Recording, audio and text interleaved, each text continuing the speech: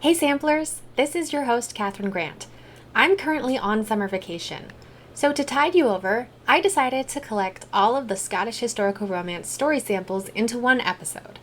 Please enjoy these excerpts from Lisa Rayne, Caroline Lee, Heather McCollum, and Celeste Barclay.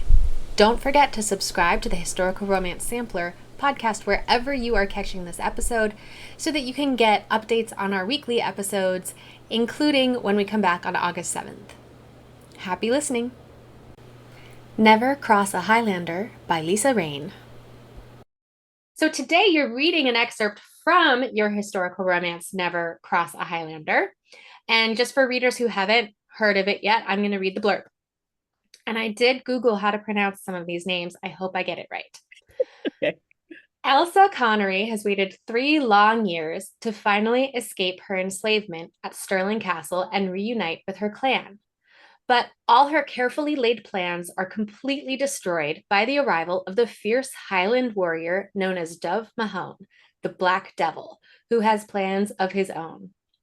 Callum MacNeil's fearsome reputation has long allowed him to keep hidden his secret double life of freeing enslaved captives across the land. Only it works against him when he inadvertently kidnaps a servant lass he assumed had gone astray from the group he had come to free. When he discovers she has plans to head in the opposite direction, he can't leave her to travel alone or risk her exposing his true identity. Escorting a lone woman should be easy, if only the beauty didn't oppose him at every turn. As they make their way to the Highlands, one feisty hellion fighting the strong, prideful devil, their heated sparring leads to heat of a totally different kind. But the perils Callum must face to get Elsa home safely and untouched are nowhere as near as dangerous as what lies in wait for them. Such a great Scottish setup. Lisa, take it away. All right. So the scene I'm going to read is when they're on their way back to the Highlands. And I'll set it up just a little bit because it's the start of chapter 14, but they've just had a run-in with bad guys and basically 3 bad guys, and he took care of that. But he does have a wound. He's been cut and she wants to look at it. And he's, of course, the big bad man. He's like, no, I'm fine. We have to get on the road.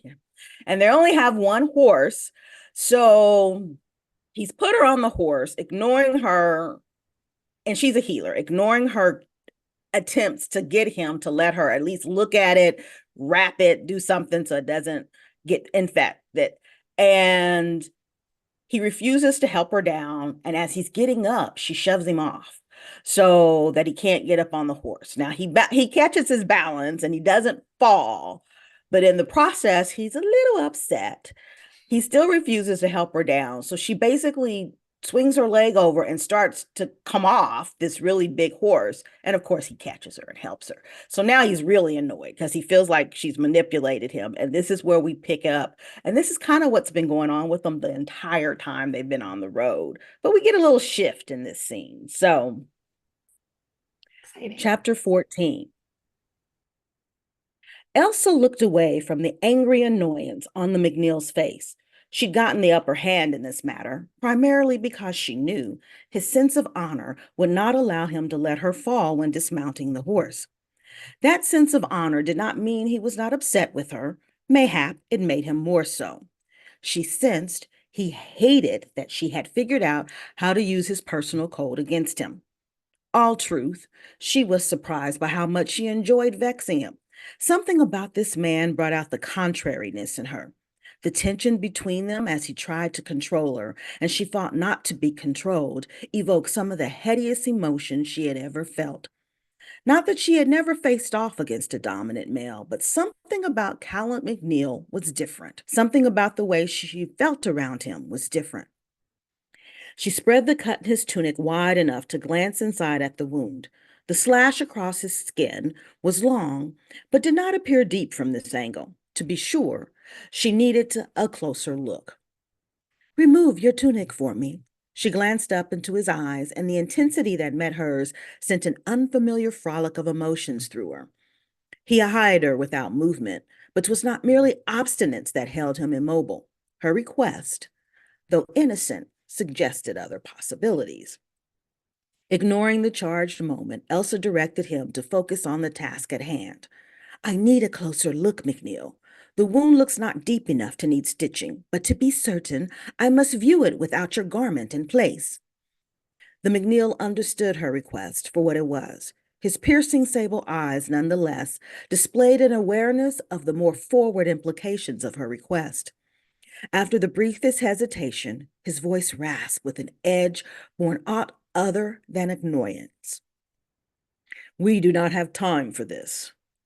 Her healer's mien of authority took over, and her hands went to her hips. Then stop wasting daylight and do what I ask. His eyes tracked the placement of her hands, and something flickered in their dark depths before he pulled off his tunic with a barely visible grimace she was meant not to see. She decided not to mention the grimace and ignore what looked suspiciously like amusement at her expense. Instead, she touched her hand lightly to his side. His abdomen flinched inward at her touch, but he made no sound. Aye, 'tis not deep, but I would clean and wrap it afore we ride on. She glanced at his face again.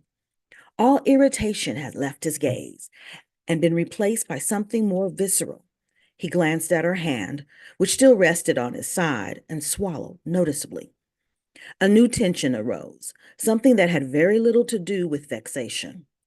And there it was again, that shiver of emotion that left her unbalanced and vulnerably raw in a manner she'd never experienced in all her seasons of life. Through all the conflict and verbal sparring and hostility that pinged between them, simmered a temptation, a heated draw that made everything female in her want to surface and be bold. Her gaze remained imprisoned by his, and without conscious thought, her fingers traced down the path of grooves, outlining his defined abdomen. The feel was totally different from the bony angles and soft middle of the runt who had groped her earlier. The plains of Callum's skin were ridged with several raised scars, a testament to his many battles. 'Twas enticing to be this close to such strength she had counted on with unfailing confidence to untangle her assailant from her afore he did more than grope at her breast. She had survived such groping before, on more than one occasion. 'Twas nothing she had not prepared herself to endure whilst living as a captive, and 'twas nothing she could not handle, though the callous treatment never ceased to anger her. When her hand reached the trio of muscles that made a horizontal line beneath the McNeil's navel, she looked down to watch her hand as it slid across the ridged path and paused to trace a pucker that suggested he'd been stabbed in the stomach some time past. His abdomen went concave as he hissed in a breath and caught her hand. Anne.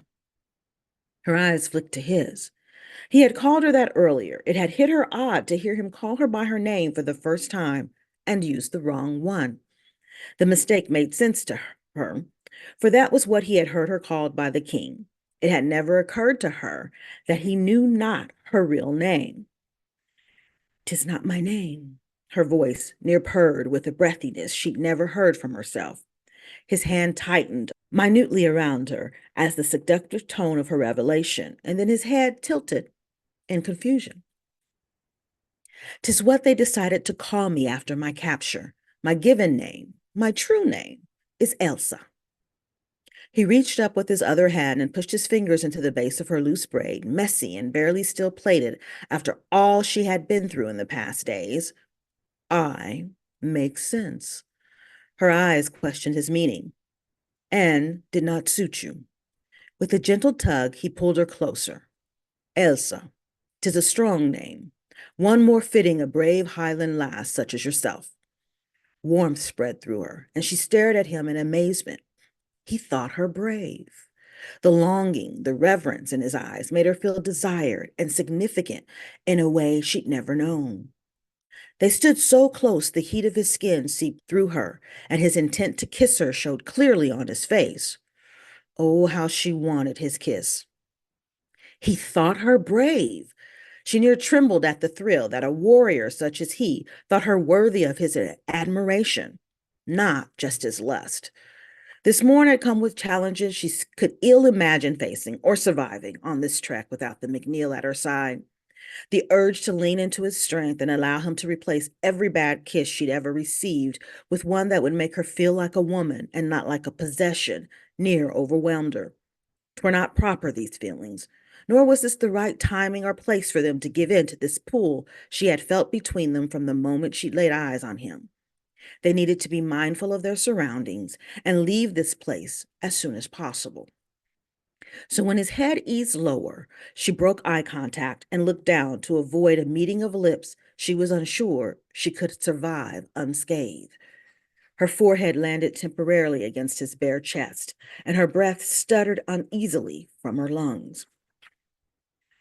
Callum's hand disengaged from the hair at her nape, brushed lightly over her head, then dropped gently to her back.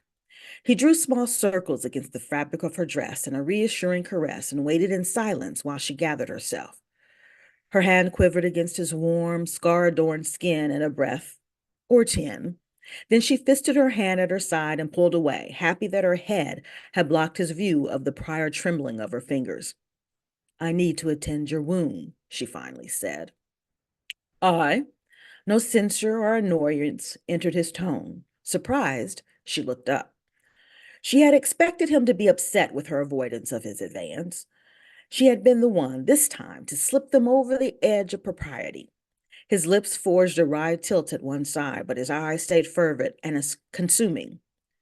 "You may want to keep your hands from wandering past the area of the wound, then," he said, his deep voice laced with dark innuendo. She dipped her head, fighting back a blush she could feel rising. "I'll need to clean the wound, then wrap it. 'Twill not take long." She grabbed his water skin from the horse, cleaned the wound, then ripped a few strips from the torn dress she changed out of to wrap around his midsection. Once that was done, he replaced his sliced tunic, put her back on the mare, and mounted behind her. They rode without speaking. Their almost kiss left a quiet tension between them that lent nervous anticipation to Elsa's journey. He wanted to kiss her. He would kiss her one day. 'Twas not a matter of if, more like a matter of when. And the more she thought about that impending kiss, the more she struggled between the lure of a maiden's burgeoning desires and the urge to run and hide. She unknowingly awakened a sultry beast, and she knew not how to handle such an animal. Hold her own in a battle of wits? Aye. Fell a rabbit with a shot from a bow? Aye. Well, once she was back in practice. But illicit encounters between a man and a woman? She had no skill at that. She had no experience with consensual carnality between a male and a female, and propriety mandated that, as an unmarried lass, she should not think on such unseemly affairs. Marriage factored not into her plans. Accordingly, the social rules that applied to her intended station in life dictated she stay a chaste, single woman or enter an abbey or some such. She certainly had no intention of entering an abbey. She had hard enough time embracing the teachings of a church that ignored, even justified, the enslavement of an entire people. No need to be such a hypocrite. Did that mean she would never know the passion between a man and a woman? Many females decried the act as painful and not worth the trouble. Those who believed in love matches oft told a different tale. She knew not which ones to believe. And if she indulged, whether the experience be pleasing or horrid, would that make her not but a whore? Her mother had told her much about what went where and why when a man sought his pleasure, but she never mentioned repeated pain or unappealing couplings. Elsa got the sense that her mother's memories of times with Elsa Shire were anything but unpleasant. In fact, those very memorable liaisons caused many to label her mother a whore. 'Twas not what Elsa had thought or believed of her mother. 'Twas not a designation her mother had accepted or allowed to shame her or make her cower from public life. If Elsa were to live her life on her own terms, as her mother had, she must be prepared to leave off the opinions of others might have of her. In which case, if she were to consider testing the boundaries of mating, 'twas mayhap best to engage in such matters of the flesh with a man she did not find amiable, a man like the McNeil, so that amorous emotions were not at risk. Liar! Her brain called foul on her classification of her feelings for the McNeils as uncongenial, but she shut it down. Whatever feelings of enmity she thought she lacked for the warrior, she could not deny he was easily the most virile man she'd ever met. Tall, broad, strong, and foul-tempered, she thought. She glanced over her shoulder to check his expression. He stared back at her. That sliced brow peaked in curiosity, lips tilted at one edge in arrogant tease. Except when he wasn't.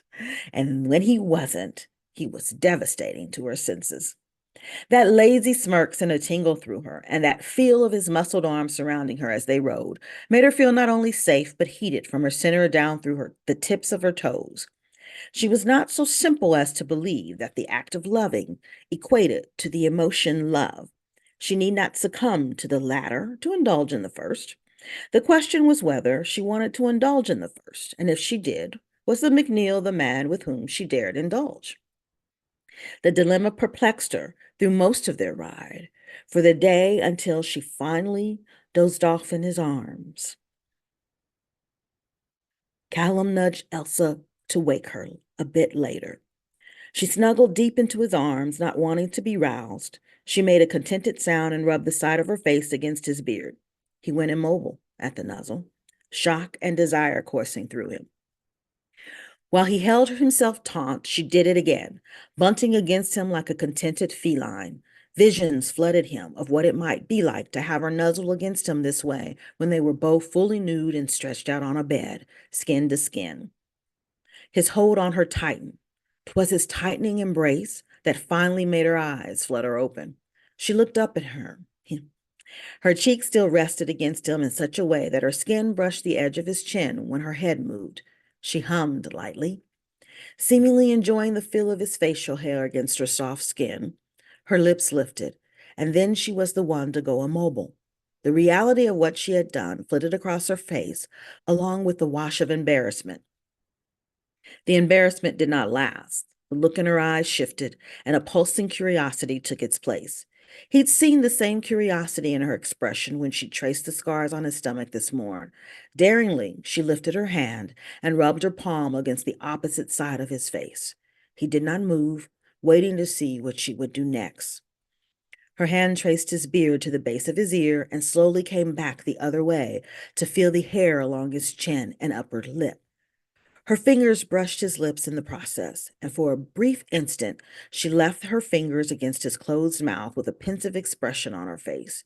He suppressed the craving to touch his tongue to her fingertips, not wanting to startle her so much that she'd stop her tactile exploration. Finally, she dropped her hand to the edge of his mouth and pressed his face close to hers while she rubbed her cheek deliberately and with quiet relish against the other side of his beard. When she dropped her hand, she looked directly into his eyes unrepentantly. Why? He cleared his throat to alleviate the noticeable strain in his voice, but the gruffness lingered. Why did you do that? She held his gaze and admitted, I was curious. A blush lit her skin before she added, I've been wondering what that would feel like, and I wasn't sure I'd get another chance to find out. Kilty by Association by Caroline Lee. So this is actually my third series of medieval rom-coms. And the medieval rom-coms do tend to be laugh out loud ridiculous. The plots are almost Shakespearean level, like ridiculousness. Whereas my comedies that are Victorian are more Victorian romances with some humor added in. The medieval ones are just unadulterated fun, basically. So this book that we are releasing, well, book one was Kilty as Sin, and book two was Kilty Plea. This one is Kilty by Association. And then we've got the last one in the series that releases this year is Kilty Until Proven Innocent.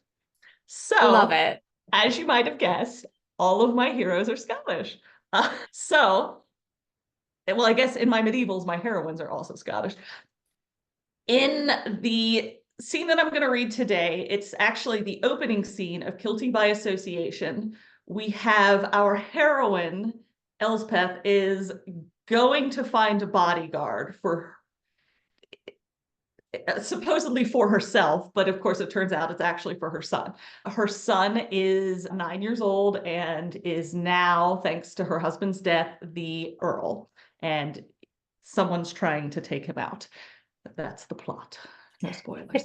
And so she goes to this tavern looking to hire a bodyguard, and the guy she finds is this big, strong, burly, like redhead, big beard that has this reputation of being bad. But of course he isn't. It turns out, I can spoil it because it's the first scene.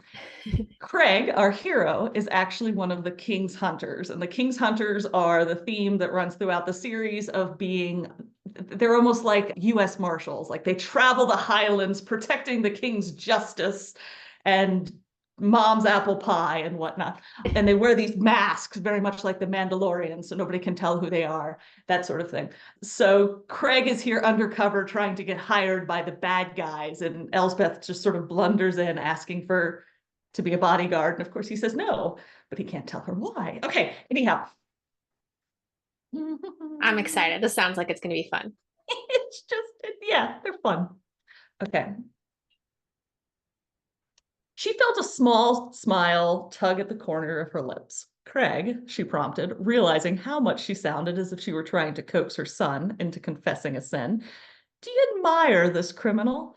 Nay, he glanced up, looking around the tavern. I mean, of course I do.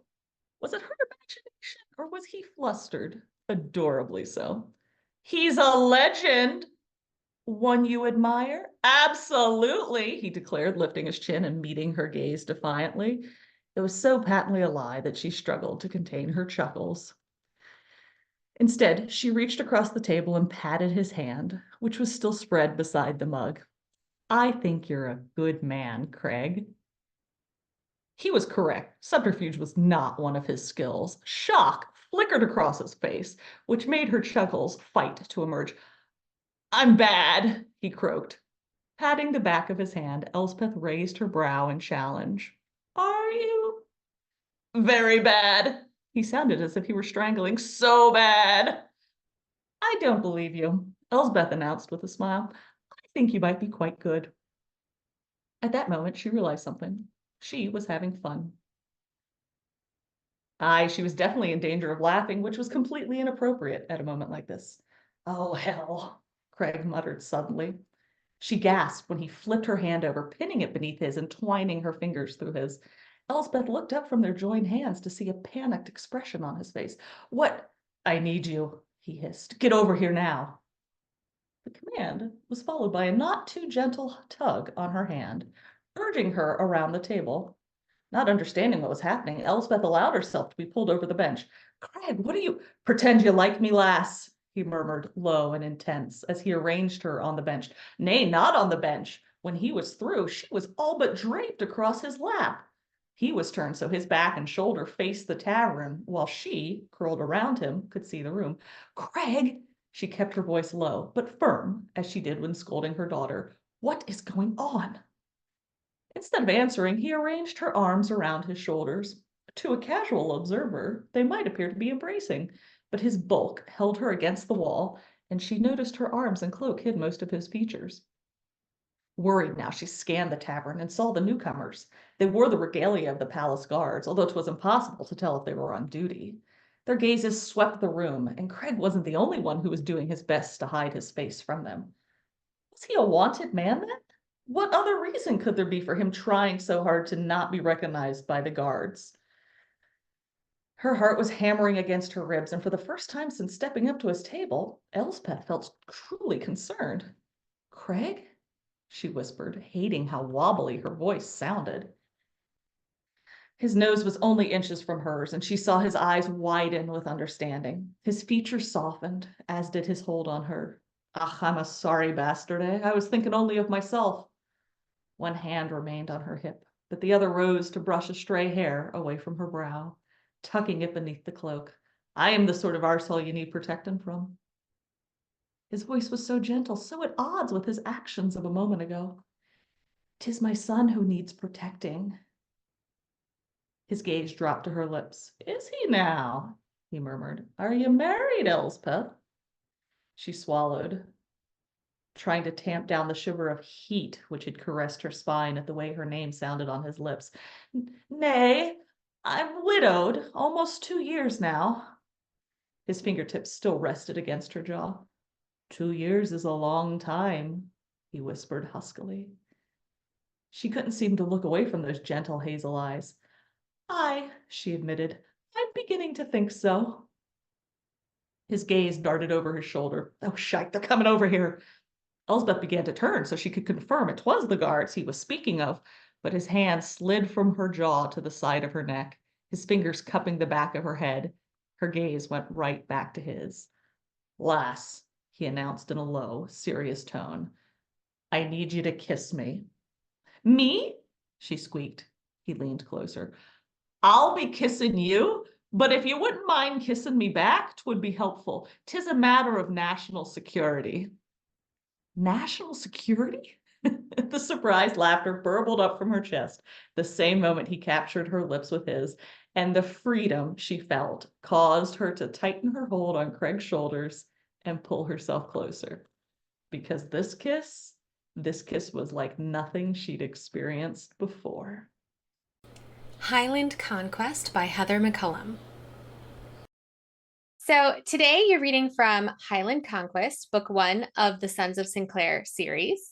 And just to whet our appetites, I'm going to give the blurb. So, Cain Sinclair has a plan. In order to finally bring peace to his clan, he will wed the young female chief of their greatest enemy. Only problem, capturing her and forcing her back to Sinclair Castle doesn't exactly make her want to say yes. Ella Sutherland may be clever, passionate, and shockingly beautiful, but what she isn't is willing. Every attempt Cain makes to woo her seems to backfire on him. A gift, the kitten practically claws his eyes out. A competitive game of chess, even when he wins, he loses. It seems the only time the two ever see eye to eye is when they're heating up Cain's bed. Still, the only thing Ella truly wants is the one thing he cannot offer her: freedom.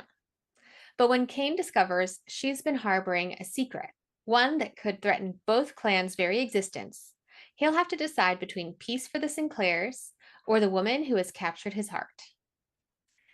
So that's exciting. Heather, can you set up this scene you're about to read? Well, first, I want to tell you about the series in general. It's a 5-book series, so it's a complete series, and it's about 4 brothers and a sister, but 4 brothers who are raised to be the 4 horsemen of the apocalypse. They're not, but their father felt when his wife died giving birth to the 4th son that the world was coming to an end.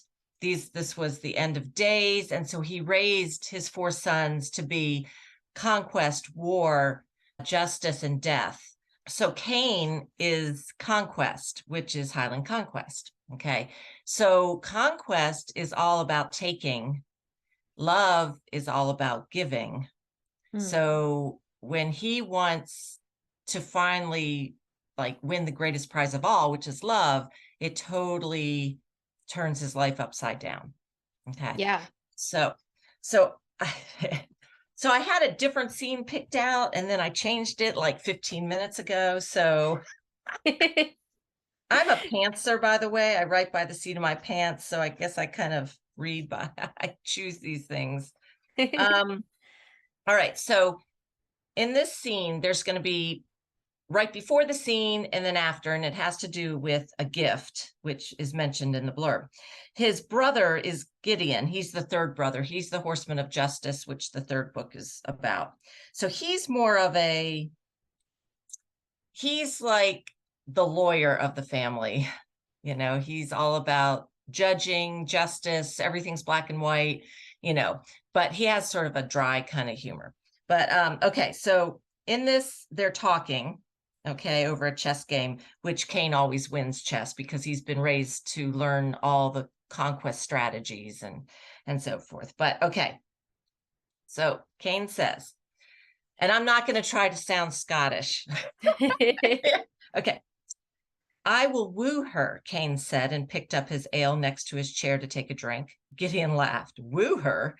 What do you know about wooing a lass, big brother? All the lasses you have known fall into your bed with a mere glance. It was true that he hadn't had to work at swaying a woman into a tryst before, but that didn't mean he was a wet-behind-the-ears lad.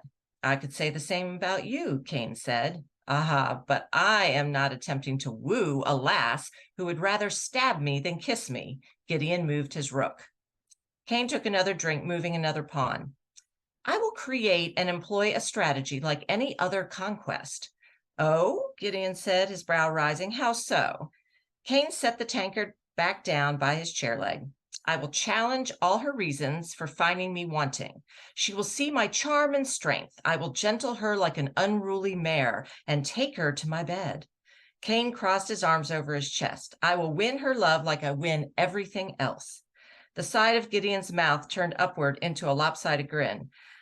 I don't know much about women, Gideon said, at least the marrying type, but it seems women do not respond well to gentling.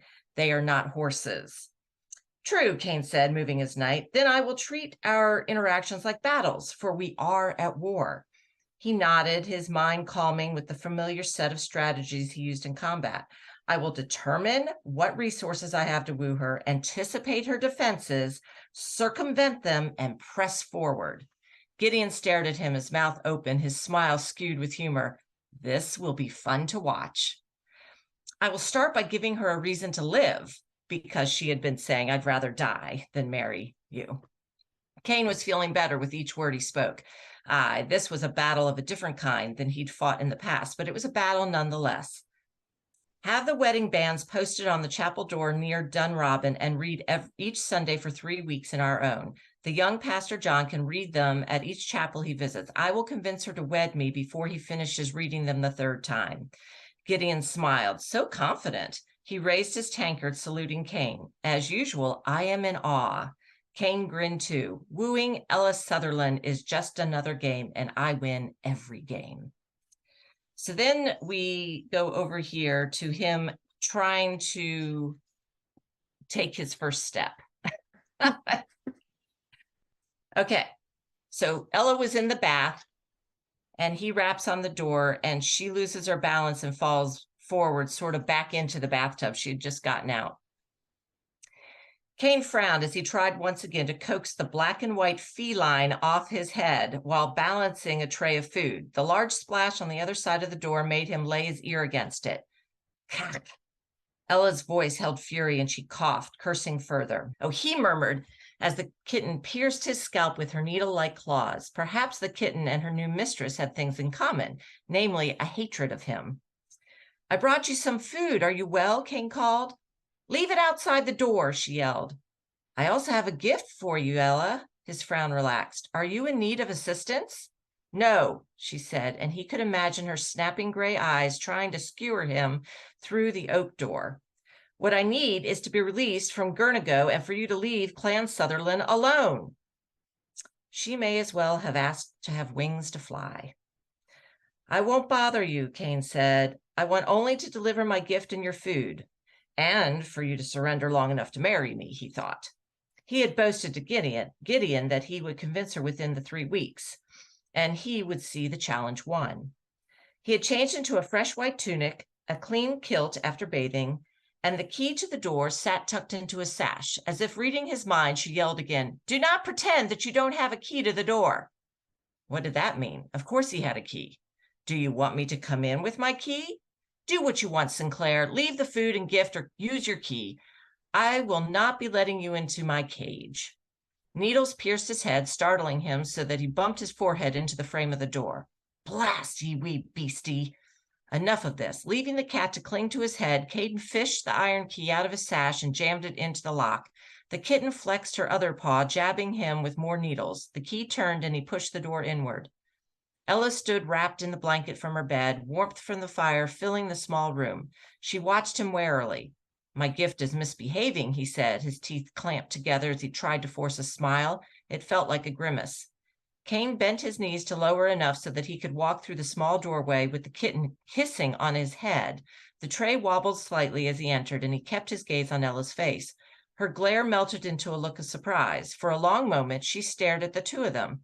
Cain waited, and the kitten pricked his scalp again, making his eye twitch, as he tried to hold his smile. Walking forward, he set the tray on a small table near the hearth. A gift for you, Ella. The kitten is the smallest of her litter and is weaned from her mother. The other barn cats are not letting her have as much food, and she needs a protector, someone to make sure she eats. I suppose I can watch her while I'm here. You said it is a girl? Ella moved closer, and the smell of the floral soap that Merida had given her floated from her wet hair that was twisted up in the bathing sheet. Aye, and as you see, she is spirit. And she is scared to death way up there on top of a giant, Ella said, chastising him with a frown. Tucking the blanket tighter around her, she walked to him, dragging the length behind her like a cumbersome train. Bend, she demanded, and reached high to disentangle the kitten from Kane's head, her arms shaped with slender muscles. Here, sweet thing, she whispered, let me take you away from the big bad Sinclair. Kane bent his knees so she could pull the cat from him, its paws and claws extended wide. You know the kitten is also a Sinclair, he said, watching her bring the ball of black and white fluff to her face, touching her nose to the cat's little white one. The heavy blanket around Ella loosened, and she gasped as it fell to the floor. Stepping back, Ella tripped over the wool mass tangled around her feet. Kane's hand shot out, grabbing her arms to help her from falling backward. The kitten yowled and jumped from her onto the bed. The feel of him steadying her yanked back a long-ago memory. She had been young and smiling at the festival when he'd bumped into her, making her drop her bouquet of Scottish thistle. Thank you, she said, and frowned as if she wished she could pull back, yanking out of his grasp. You're all wet. Water drops sat along her collarbone, making him very thirsty. Osh, what would the last taste like? She clutched her arms over her breast and squatted to grab up the blanket to hold before her. You startled me when you knocked. And he looked from her to the tub and back. Water was pooled across the floor. And you fell in the tub? No. Well, yes, somewhat, not all the way. He took a quick mental inventory of the room. It was small, too small for his bulk, but it suited Ella. You need a robe and another bathing sheet, a rug for the floor, and some rags for the water. She picked the kitten from the bed to hold before her, but the wee beast wiggled until Ella let her jump down to prowl about. Do not forget to bring me a skian dube or matchclas, Ella said. Those are sharp knives, Ella said, and clutched the blanket up to the base of her throat. Even half drowned, she was bonny and brave. Although she had little defense in being alone and half dressed with him in a small room, she was not cowering or weeping in a corner. Nay, the lass was asking for weapons, the side of his mouth tipped upward. I will keep your request in mind. Highland Love Comes Calling by Celeste Barclay. So, what are you planning to read for us today?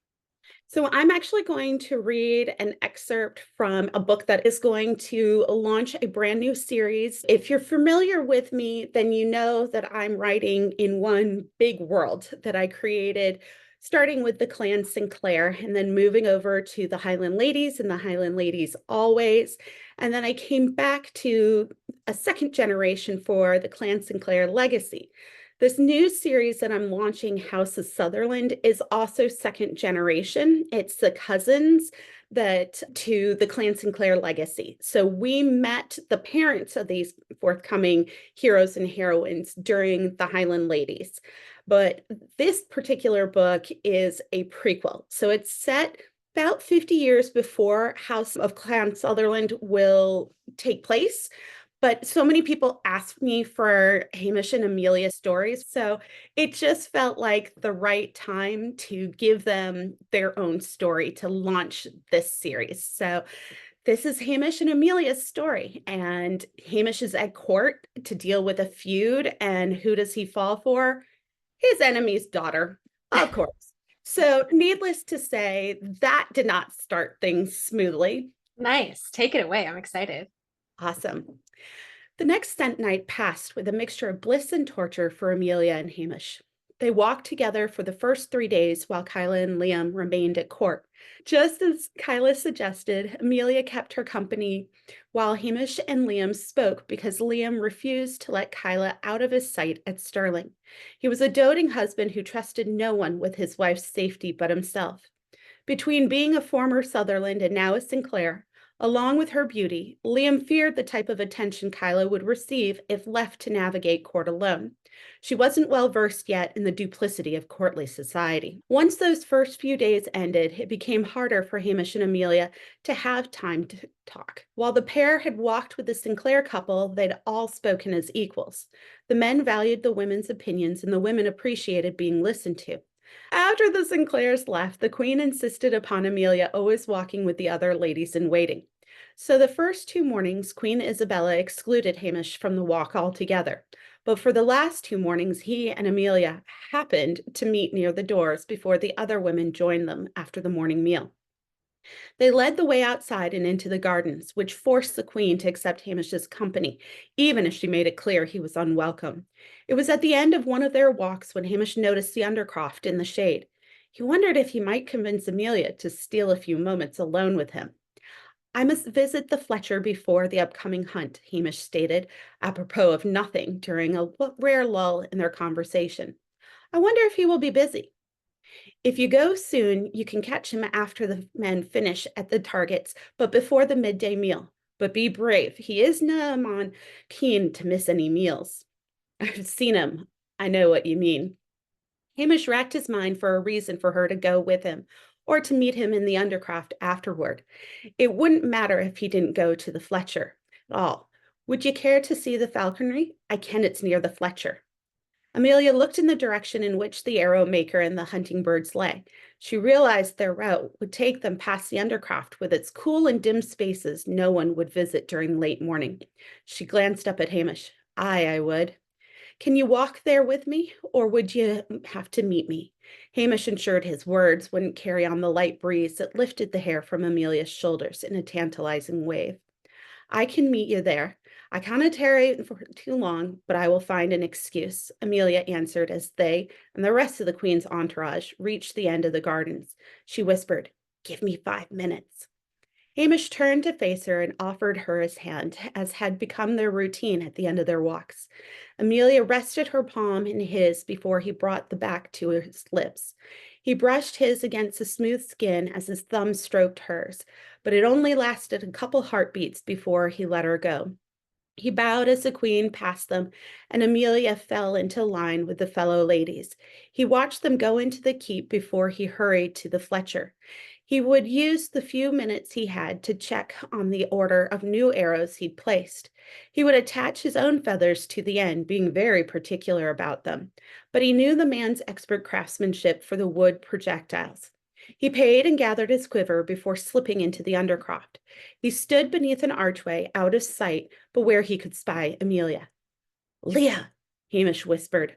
She was looking for him when she appeared to stroll by, but he already knew her well enough to tell it was her purposeful walk that was meant to fool people into thinking she merely glided from one place to another. He'd strolled with her many times in the garden and along the river bank where they went riding. He could tell the difference. She glanced around before joining him. They retreated into the shadows. "This way," Amelia murmured. She took his hand without a second thought and led them into the area near the buttery. She scanned their surroundings until they reached a door to a storeroom she believed was empty. "Wait," Hamish breathed. He shifted and pressed her to his far side. He eased the door open and peeked inside. The outside light was so dim it did little to illuminate the storage area, but he was certain there was no one inside. When they stepped in and he shut the door, it pitched them into darkness. A sole window near the ceiling did little to circulate the stifling air or allow light into the room with stacks of grain, but neither cared. They came together in a needy kiss that had no finesse, but all their unsatisfied longing for one another. Their hands roamed over the other's body, savoring each inch they discovered. Hamish dropped his quiver to the ground. He kept his sporran between them, worried his turgid length would frighten her. If only he'd known how much she longed to discover what lay behind it. But Amelia was too timid to suggest anything or move it herself. She feared what he would think of her brazenness, even if he seemed to enjoy her eagerness. Soon mere kisses weren't enough. Hamish lifted her and she wrapped her legs around him, grateful her full skirts allowed her the room to do that. He'd spied a table while the light was behind him. He could see its vague outline as he moved toward it, careful not to bump into it when he got close. He placed Amelia on the flat surface as they continued to kiss. He moved without haste as he drew her skirts up to her ankles. When she didn't protest, he bared her calves and slipped his hands around the muscled flesh. Amelia's legs wrapped around Hamish's as his hands ran up her thighs. When he grasped them, she tried to pull herself closer. She clutched his lenya and arched her back. She cupped his neck, then his jaw. She ran her fingers through his hair and down his back. His palms inched up her thighs until he reached her hips. He pulled her to the edge of the table, but his sporran finally irritated them both too much. He pushed it around his waist, allowing his sword to press against her sheath. It was the first time she'd felt a man's arousal pressed to her mount. Amelia's moan was nearly his undoing. Do you ken what it means? Hamish was unaware of how much Amelia knew about how couples came together. I ken what it means, Amelia assured him.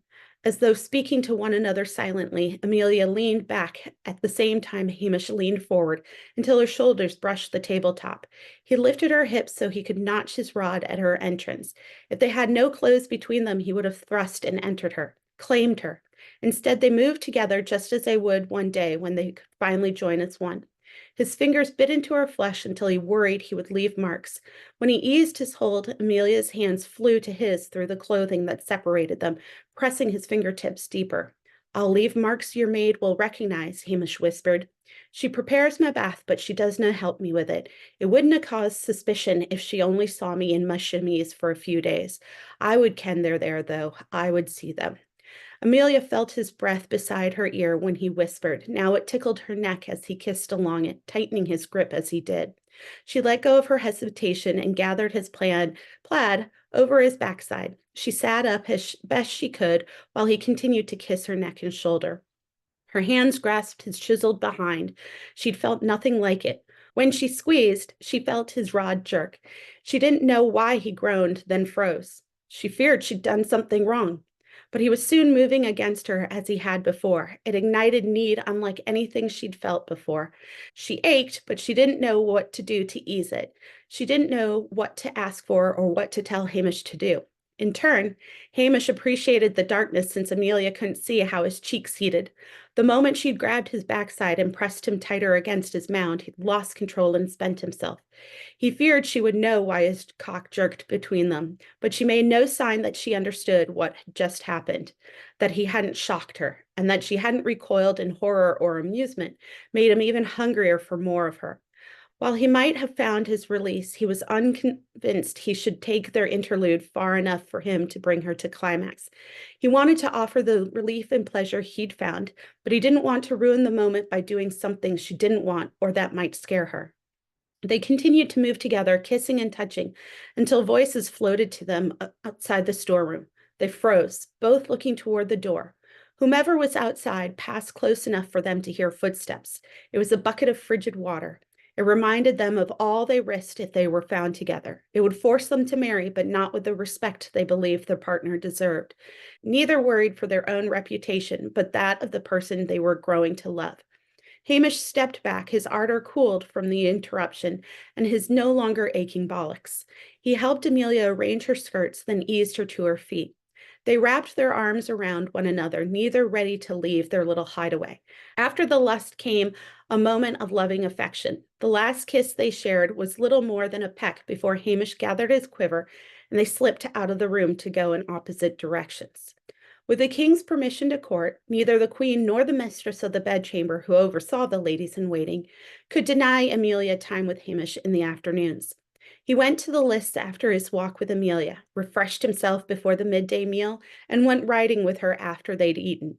They took a contingency of Ross and Sutherland guards, but Roy insisted Henrietta accompany them as a chaperone. She unsurprisingly proved to be a constant irritation to both Hamish and Amelia.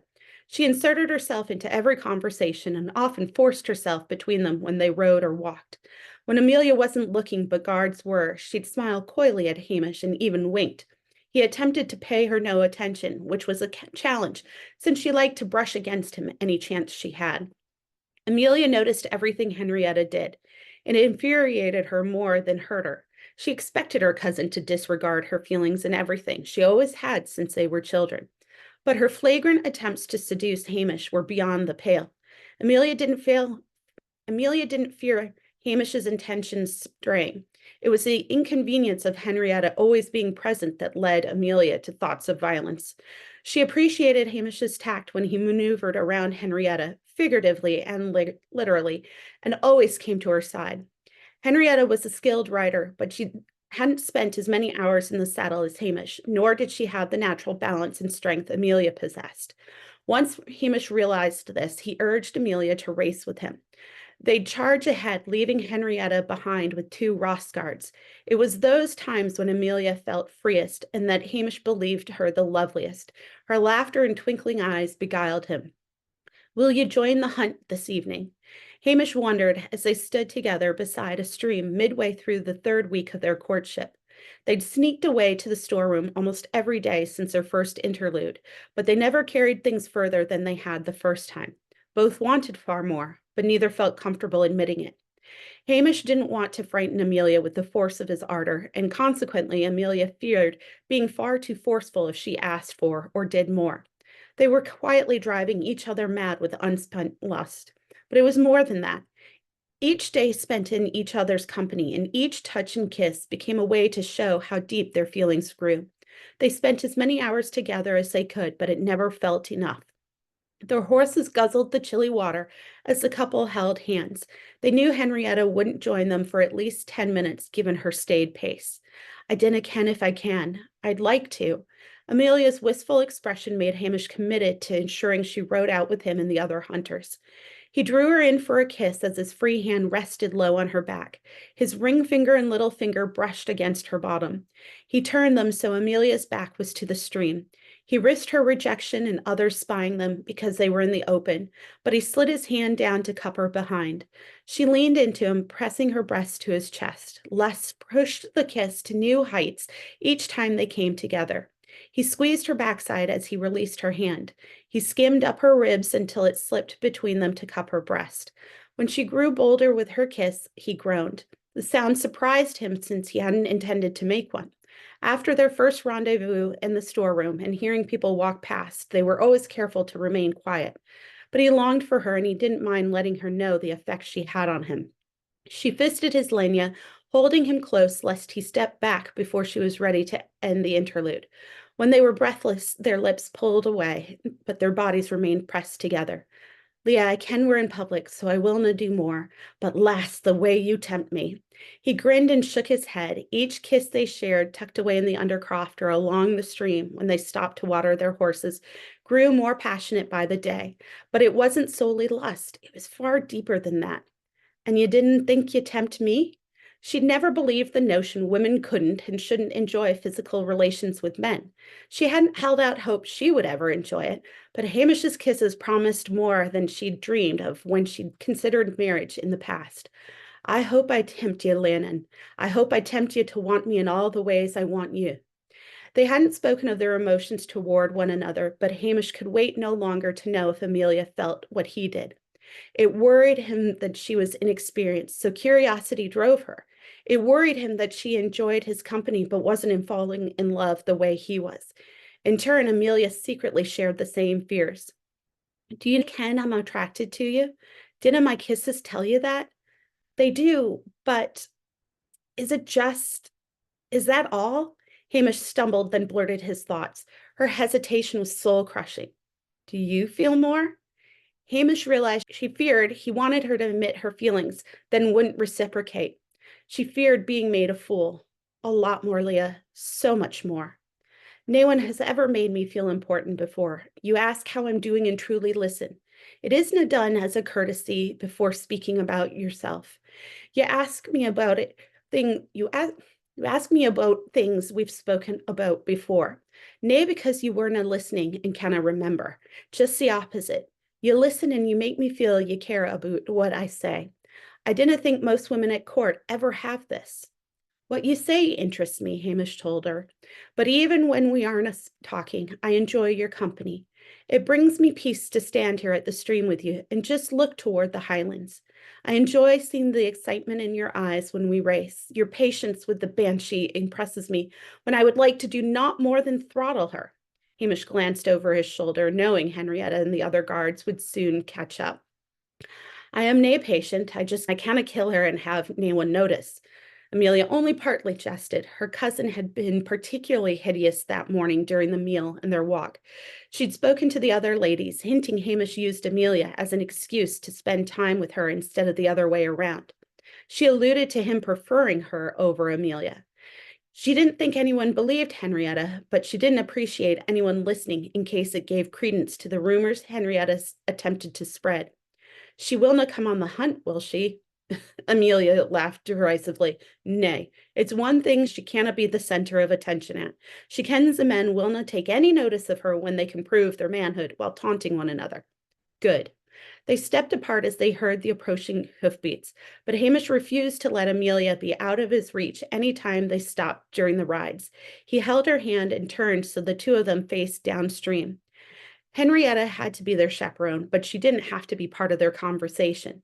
He figured if they got a head start as she climbed down from her saddle, pride would keep her from chasing after them. Hamish, Henrietta called out. He pretended not to hear. Hamish! She veritably squawked his name. With a sigh and a glance down at Amelia, they turned around. Aye. Can you check my saddle?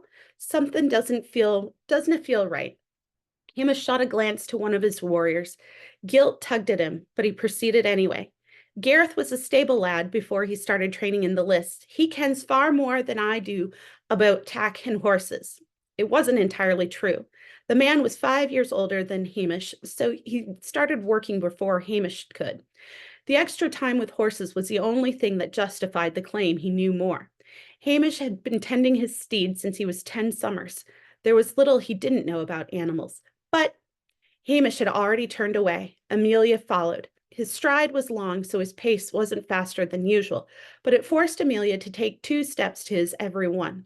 She knew she looked as though she sprinted to keep up, but they were soon in a copse of trees that hid them from the others. Their kiss was hungry as they devoured one another again, admitting their feelings, then being interrupted left them even more unsatisfied than their brief daily trysts. Both of his hands cupped her backside after she pushed his sporran out of the way. She tilted her hips forward, wanting to rub herself against him. When he held her tight and rocked his hips, she thought she would lose her mind with need. She could think of nothing more than how she wanted more. Leah, it's just as well we aren't alone, otherwise I would ravish you. Mayhap it's the fresh air or being able to see you in the bright light, but I want you more than I ever have, and I dinna ken how that's possible. Is it ravishing if I want it just as much? Would you ravish me then? Och, aye, my dool. I canna hear you call me that enough, my ghoul. They both froze for a moment, gazes locked, before Hamish cupped her cheeks. I let that slip, but you are my love. I ken it hasn't been nearly long enough for most people to believe I feel it is more than infatuation, but I ken what I ken. This isna fleeting. Amelia lifted her chin and offered him a soft kiss before responding. You are Mochir. You are Mochir because you have my heart. I would call you my heart in Gaelic or Scots, French or English. Any language speaks the truth. This isn't fleeting for me either, Hamish. You and I both ken the moon is for everyone else to accept us. Even if we kenned each other years, there would still be things to discover about each other once we married. Either way, we will have to learn to live with each other. But how I feel will not change. Your wisdom is likely what I love most about you. He squeezed her backside with both hands, but I'm fond of the rest of you too. I hope you enjoyed that roundup of Scottish historical romances. Don't forget to subscribe to the Historical Romance Sampler wherever you're catching this podcast. We'll be back with brand new episodes on August 7th, starting with a sample and interview from best-selling author Elizabeth Everett. Until then, happy reading!